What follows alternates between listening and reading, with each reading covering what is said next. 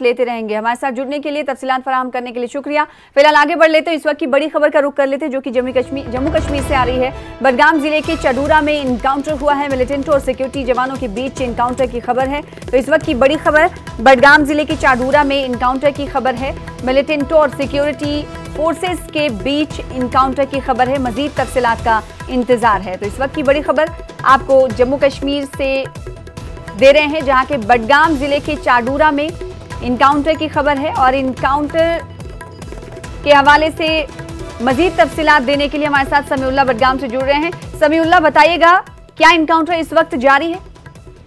देखिए सना, एक मुसद्दिका इतला मिली थी सिक्योरिटी फोर्सेस को मिलिटेंटों की छुपे होने की चाडूरा इलाके में, जिसके बाद वहां पे उस पूरे इलाके को सिक्योरिटी फोर्सेस ने अपने मुहासरे में लिया। मुहासरे के दौरान जो छुपे हुए मिलिटेंट थे उन्होंने सिक्योरिटी फोर्सेस पर फायरिंग की और दोनों तरफ से गोलियों का तबादला जारी हुआ। फिलहाल एनकाउंटर जारी है और फिर जो तमाम रास्ते हैं चाडूरा के उनको सील कर दिया गया है और फिलहाल एनकाउंटर अभी जारी है। बेहद शुक्रिया समी, हमारे साथ जुड़ने के लिए। आगे भी आपसे अपडेट लेते रहेंगे इस हवाले से।